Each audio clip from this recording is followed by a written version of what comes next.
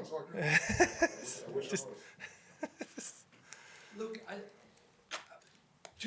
first part question is Jacoby Myers. Can you talk about, I mean, very few guys lose a WR1, but you still have one. Would you talk about, Jacoby Myers and what he can do even more now? Yeah, I think anytime a player like Tay, and you plan and do whatever, and you have to move on to a different direction, whether it be injury or whether it be this type of situation, whatever it might be. You're always going to have those things that happen during the season, and then the luxury of having versatile players on your roster is really cool, and it helps ease that burden, and you find different ways to go attack what you're trying to attack. And Jacoby's an outstanding example of that, like the flexibility to be outside, inside, in the backfield or whatever, and the football IQ capability to be able to handle all that, the toughness to handle all that stuff. All that is just exemplifies who he is.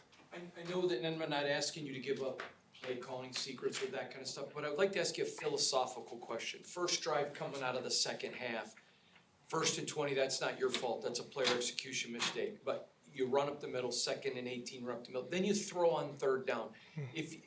Will you talk about, maybe take us through, again, not specifics, but just your strategy and your play calling philosophy, please? Yeah, no, I think it always, you go through your whole week of preparation, right? And you have a plan for everything that you're gonna see in the game, and occasionally you get kind of surprised by a few things, but usually not.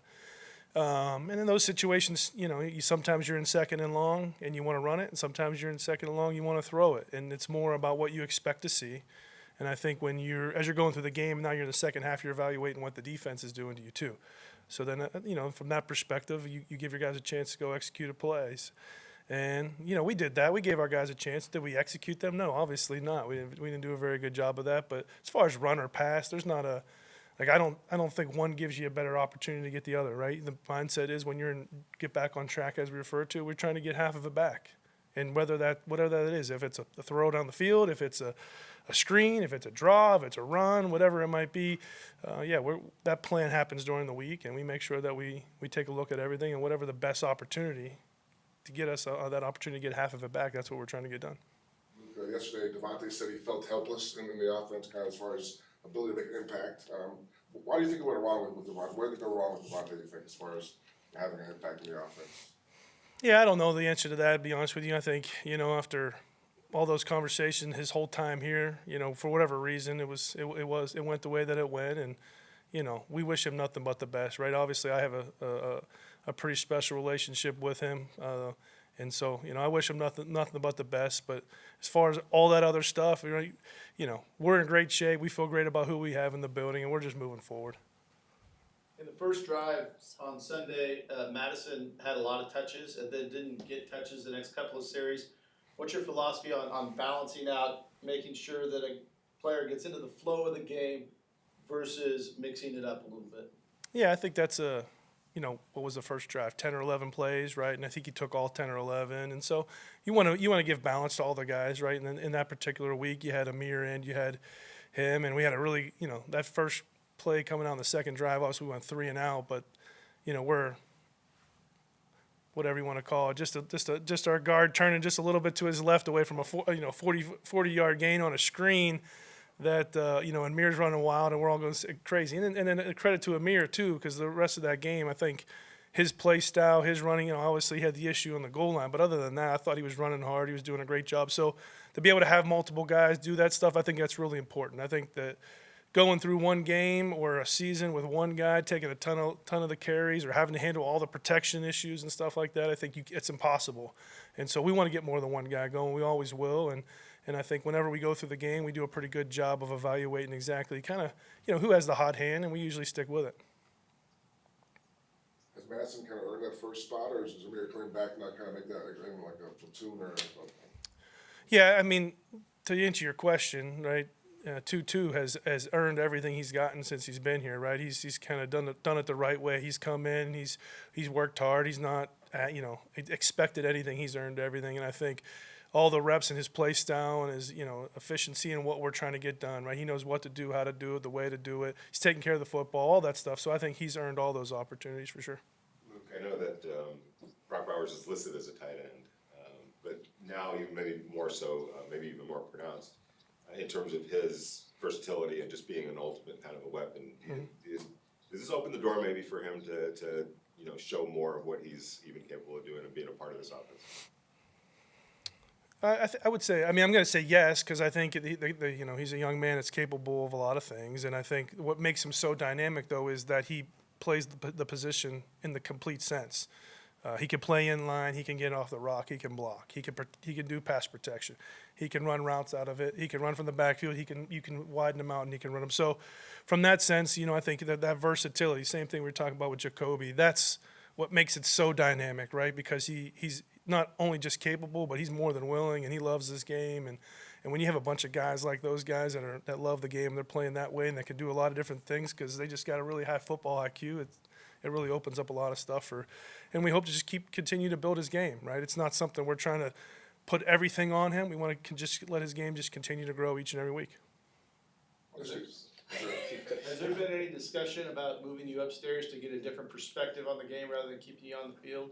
I mean, I think that part of it is a little bit irrelevant in my mind. I think we had that discussion maybe in training camp. I think you guys asked me that question, and my perspective of being able to see there, being able to communicate on the sideline is really cool, really important. And I think the benefit of being upstairs is that maybe you get a bigger picture of the whole thing. So I've done in college. I told you in college when I called it, I was upstairs, and at this level, I've been on the field. So I'm comfortable either way. You guys have talked about, you like that Aidan O'Connell gets the ball out quickly and, makes decisions pretty quickly. But would you like to see him be a little bit more aggressive in situations, in terms of pushing the ball downfield, maybe taking some shots to take longer to develop, and maybe he's not getting the ball out of his hands as quickly? I mean, there's probably moments that you could say yes, and then there's moments that you would say no. Like I think that's the cool part of playing this position is knowing when you have those exact opportunities, you got to take them. Or even as you go through the week and you plan and you say, hey, when this is the call, the expectation of this call is that we're taking that opportunity. So are there a few of those? Sure, but that's every week with every quarterback, to be honest with you. And some guys are just a little bit more and some guys are a little bit less, but I think it's all part of the growth and where we're going with them. But like you said, I thought what was really cool to see, I just thought his footwork was awesome this past week. I thought the processing part of it was awesome. He really impressed me with a lot of that stuff. You could see his growth from, where he's come along in his career. Look, at the start of the season, you struggled with getting that early start. Now you've had back-to-back games with good starts, but then kind of just dies off. So what's the message to your team, and how do you get them to play those 4 quarters? Yeah, I mean, if we just look at it very critically, right, we just got to take care of that ball, right? That's the thing that a lot of that stuff that will go away if we get rid of that part of it. And these other teams are good too, so you're going to have plays that don't go your way, and I think handling the adversity of all that stuff is really important, and I think we're getting way better at that each and every week, and so we just got to continue to do that. And whether it's a fast start or whether you got to play the middle weight or whether you got to finish strong, I think those guys are all on the same page, and we're just going to continue to get better with it all. I really do believe that. I think you see it out there. I think the way you see these young guys like DJ and Jackson and Brock and all these guys, it's just getting better each and every week. I think it's all really positive, and we're really excited about where it's going. Tayshawn, he just asked a question about being aggressive, taking shots down the field. Trey Tucker's been a guy that you've been able to do that with. However, how much more involved would you like to see him in kind of like the short game and, the intermediate route game and stuff like that instead of having to always go deep?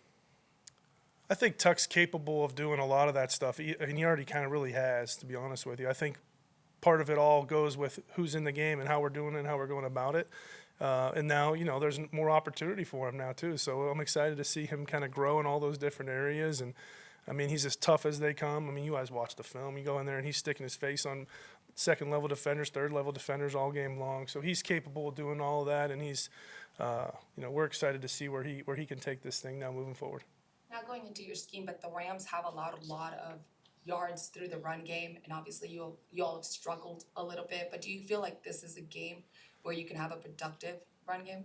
Yeah, I mean, yeah, absolutely. Not necessarily because of them, but part of it, but because we believe in what we're doing and we believe we're getting better at what we're doing. We got to get more cracks, right? We had 20 snaps in the first half last week, 20 before it becomes a 2-minute drive. And so we got to find a way to get more cracks at the bat. And I think that's as much as anything. If we're not, if you're living in that 55 to 60 play games, you're not going to get those types of numbers or opportunities. You're not going to see a 20 carry game from somebody. So, we got to execute better on, as we come out, and we can't have the 3 and out. We got to execute better and finish that thing. And I think that's what changes all that stuff. We take care of the ball, and we can finish or start those drives a little bit cleaner. All that stuff, as far as balance and where we're going and all that stuff, will clean itself up. We talk about your 2 rookie offensive linemen.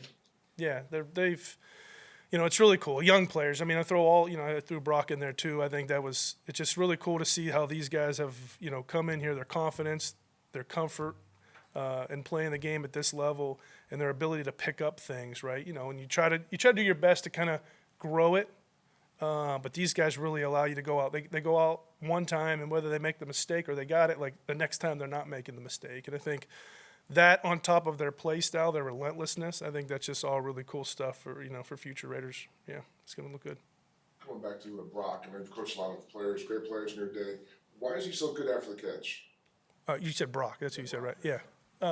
No, I mean, some guys, like, he's a natural football player. And what I mean by that, like, he understands spacing. He understands his awareness of what's going on around him. I think all that's real. I think so when he catches the ball and he knows he has space, there's no wasted movement. There's no figure it out. There's no bubble around it. It's catch, drop, step, get vertical, and go, right? So you're seeing him catch checkdowns, and they're turning them into explosives. And so all that awareness of space and the people around you is something special that not everybody has, but he has it. And I think that, on top of understanding where he's supposed to be conceptually, and then the toughness part of it, I think that part of it is probably the most important. All right, thanks, guys. Appreciate it.